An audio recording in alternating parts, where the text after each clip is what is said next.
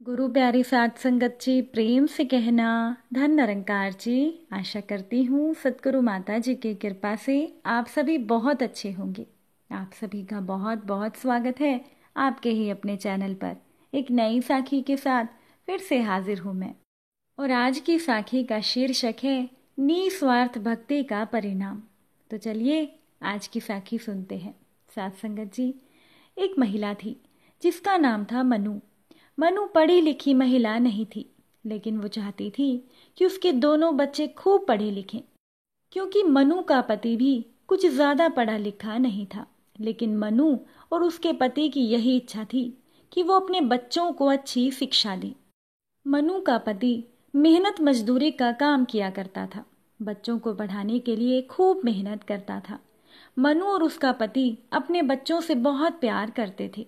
मनु सुबह उठकर बच्चों के लिए चाय नाश्ता बनाती, उनको तैयार करती और खुद स्कूल तक छोड़ने के लिए जाती थी। तब तक उसका पति नहा धोकर तैयार हो जाता। आकर मनु अपने पति को चाय नाश्ता देकर काम पर भेजती और फिर बच्चों के आने का इंतजार करती थी। ऐसी ही मनु की रोज की दिनचर्या थी। एक दिन की बात है कि मनु अपने बच्चों को लेकर स्कूल जा रही थी, तो उनको थोड़ी सी स्कूल पहुंचने में देरी होने लगी। तो बच्चे अपनी माँ से कहने लगे कि माँ जल्दी चलो, नहीं तो मास्टर जी हमारी हाजिरी नहीं लगाएंगे और हमारी गैर हाजिरी लग जाएगी। मनु को ये सुनकर बड़ी हैरानी हुई कि बच्चों के स्कूल में क्या रोज हाजिरी लगती है, और अगर वो थोड़ा देर से जाएंगे तो गैर हाजिरी लग जाएगी। बच्चों को स्कूल छोड़ने के लिए वो जल्दी जल्दी अपने पैर चलाने लगी। बच्चों को स्कूल छोड़कर जब मनु वापस आ रही थी, तभी उसको अपनी एक पुरानी सहेली मिल गई। मनु ने अपनी सहेली से पूछा कि तुम इतनी सुबह सुबह कहाँ जा रही हो? तो उसकी सहेली ने कहा कि मैं ठाकुर जी के मंदिर में हाजिरी लगाने जा रही हूँ। मनु, जो कि एक बहुत ही भोली भाली औरत थी, वो सोचने लगी कि क्या ठाकुर जी के मंदिर में भी हाजिरी लगती है, लेकिन उसने अपनी सखी से पूछा कुछ भी नहीं। मनु चुपचाप अपने घर वापस आ गई, लेकिन सारा दिन वो यही सोचती रही कि क्या स्कूल की तरह मंदिर में भी हाजिरी लगती है? क्या मंदिर बड़ों का स्कूल है? मेरी सहेली तो काफी बड़ी है। इतना सोचते सोचते सुबह होने पर बच्चों को स्कूल में छोड़ कर आने के बाद मनु अपने आप ही ठाकुर जी के मंदिर की तरफ चल पड़ी। उसने मंदिर में माथा टेका। ठाकुर जी के अलावा मनु को वहां कोई नजर नहीं आया, क्योंकि पुजारी जी ठाकुर जी का भोग लगाने के लिए ठाकुर जी की रसोई से प्रसाद लेने गए थे। मनु ने सोचा कि इस मंदिर में तो कोई अध्यापक नहीं है, फिर मेरी हाजिरी कौन लगाएगा? मनु ने सोचा कि शायद आज मंदिर के अध्यापक आए नहीं होंगे, मैं अगले दिन फिर आऊंगी। मंदिर जाने के कारण मनु को घर पहुंचने में थोड़ी सी देर हो गई।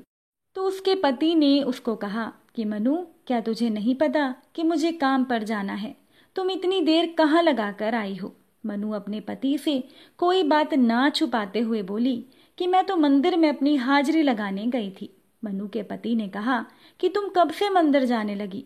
तब मनु ने अपने पति को बताया कि मंदिर तो बड़ों का स्कूल है, आज से मैं भी मंदिर जाया करूंगी और अपनी हाजिरी लगा कर आया करूंगी। उसके पति को काम पर जाने में देरी हो रही थी, इसीलिए उसने मनु की बात की तरफ कोई ध्यान ना देकर उसको कोई जवाब नहीं दिया।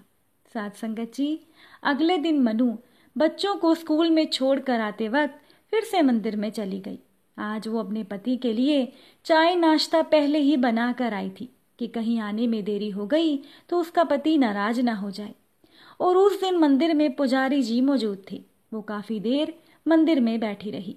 मंदिर में ठाकुर जी और किशोरी जी की अति मनमोहक छवि वाली प्रतिमा थी। उस छवि को देखकर मनु उन पर बलिहार जाने लगी।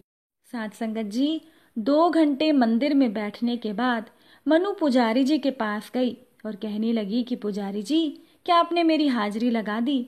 मैं बस इतने ही समय के लिए स्कूल आ सकती हूँ, इससे ज्यादा नहीं, क्योंकि मेरे बच्चे भी अपने स्कूल से वापस आते होंगे। पुजारी जी पहले तो मनु की तरफ ध्यान से देखने लगे। उन्होंने दोबारा मनु से पूछा कि तुम क्या कह रही हो? मनु बोली कि मैं ठाकुर जी के दरबार में हाजिरी लगाने आई थी, कृपया आप मेरी हाजिरी लगा दिया करो और मेरी गैर हाजिरी मत लगाना। आज से मैं हर रोज मंदिर आया करूंगी। साथ संगत जी, पुजारी जी मनु की बातों को सुनकर समझ गए कि ये औरत बहुत भोली है और मनु की बातों का मान रखने के लिए पुजारी जी ने मनु को बड़े प्रेम से कहा कि हाँ, मैंने तुम्हारी हाजिरी लगा दी है, अब तुम रोज आ जाया करो, छुट्टी मत करना। मनु खुश होते हुए घर वापस आ गई क्योंकि उसके मन को तसल्ली हो गई थी कि मंदिर के पुजारी जी ने मंदिर में उसकी हाजिरी लगा दी है और पुजारी जी ही मंदिर के अध्यापक हैं। अब मनु रोज सुबह जल्दी उठकर अपने पति के लिए चाय नाश्ता बनाकर रखा थी और बच्चों को स्कूल छोड़कर सीधा मंदिर में चली जाती और 2-3 घंटे बैठी रहती और हर रोज पुजारी जी से पूछती कि पुजारी जी, मेरी हाजिरी तो लग गई है ना? और पुजारी जी मुस्कुराते हुए कहते कि हाँ बेटा, लग गई है। एक दिन उसके बच्चे उसके पास बैठकर उसको अपने स्कूल का पाठ सुना रहे थे।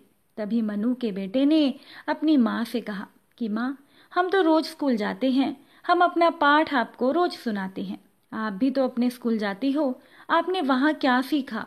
आज आप भी अपना पाठ हमें सुनाओ। मनु बच्चों की बात सुनकर पहले तो घबरा गई, लेकिन वो हर रोज मंदिर जाने से पहले वहां होने वाले भजन सुनती थी तो भजन के शब्द मनु को याद हो गए थे। उसने धीरे धीरे वो शब्द अपने बच्चों को सुनाए। उसके बच्चों को मनु का भजन सुनकर बड़ा आनंद आया। बच्चे कहने लगे कि वाह मैया, आपका पाठ बहुत आनंद देने वाला है। तभी पीछे से मनु का पति भी मनु के भजन को सुन रहा था। मनु के उस भजन को सुनकर उसके पति को भी बहुत आनंद आया। अब वो मनु को मंदिर जाने से कभी नहीं रोकता था। साथ संगत जी, मनु को मंदिर जाते अब काफी साल हो गए थे, लेकिन वो ठाकुर जी के दर्शन करने के बाद पुजारी जी से अपनी हाजिरी के बारे में पूछना नहीं भूलती थी, क्योंकि मनु को हमेशा डर लगा रहता था कि पुजारी जी कहीं उसकी गैर हाजिरी ना लगा दे, क्योंकि मनु के बच्चों के स्कूल में गैर हाजिरी लगने पर उनको जुर्माना भरना पड़ता था। मनु को ये डर था कि कहीं मेरी गैर हाजिरी लग गई तो मैं जुर्माना कैसे भरूंगी, क्योंकि मेरे पति की इतनी आमदन भी नहीं है। इसीलिए वो डर के मारे अपनी हाजिरी पुजारी जी से रोज लगवा कर आती थी। एक दिन जब मनु के बच्चे घर वापस आए तो वो बच्चे बहुत खुश थे, क्योंकि आज उनकी परीक्षा का परिणाम घोषित हुआ था और वो अपने हाथों में बहुत ही सुंदर सा पुरस्कार लेकर आए थे। मनु को खुश होकर बच्चे बताने लगे कि मैया, ये देखो, हमारे स्कूल में हमारी हाजिरी पूरी थी और हम पढ़ाई में भी अव्वल दर्जे से पास हुए हैं, इसीलिए हमें ये पुरस्कार मिला है। मनु अपने बच्चों को गले लगाते हुए बहुत खुश हुई, लेकिन मन ही मन सोचने लगी कि मेरे बच्चों की परीक्षा का तो परिणाम आ गया, लेकिन मैं तो हर रोज अपने मंदिर के स्कूल में जाती हूँ, वहाँ भजन गाकर अपना पाठ सुनाती हूँ। मैंने भी कभी स्कूल में गैर हाजिरी नहीं लगवानी थी। मेरी परीक्षा का परिणाम कब आएगा और मुझे पुरस्कार क्यों नहीं मिला? अगले दिन जब मनु मंदिर गई तो यही बात उसके दिमाग में चलती रही। अब ईश्वर तो सबके मन की भाप लेते हैं। अचानक से एक औरत मनु के पास आई और उस औरत की गोद में एक छोटा सा बच्चा था। उसने मनु से कहा कि सखी, क्या तुम कुछ देर के लिए मेरे बालक को अपनी गोद में बिठा लोगी, ताकि मैं अच्छी तरह से भगवान के दर्शन कर सकूं। ये बालक बहुत शरारती है, मेरा ध्यान दर्शन करने से भटक रहा है। तो मनु ने सहर्षी उस बालक को अपनी गोद में बिठा लिया।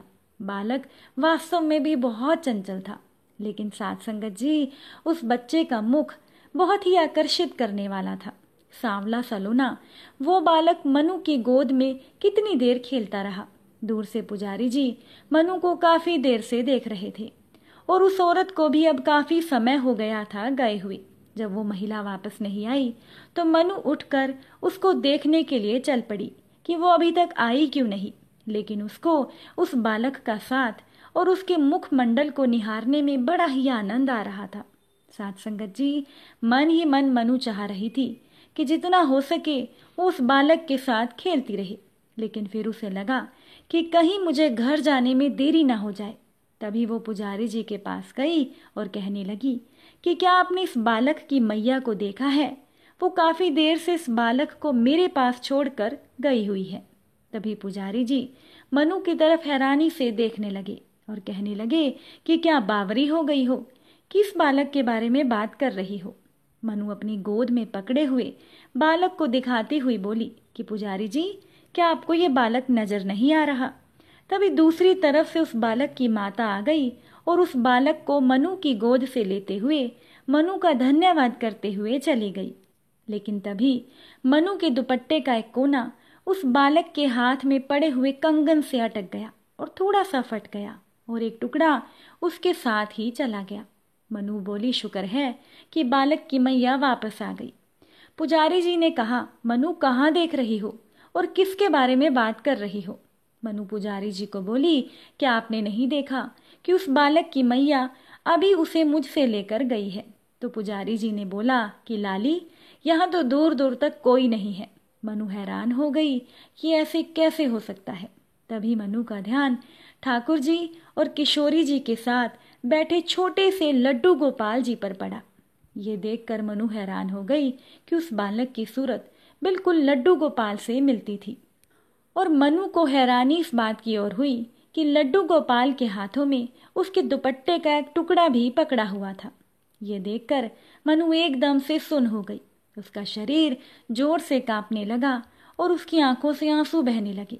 मनु सोचने लगी कि आज मेरी परीक्षा का परिणाम निकल आया है कि स्वयं ठाकुर जी, स्वयं ईश्वर मेरी गोद में खेलने के लिए आए और यही मेरे लिए सबसे बड़ा पुरस्कार था।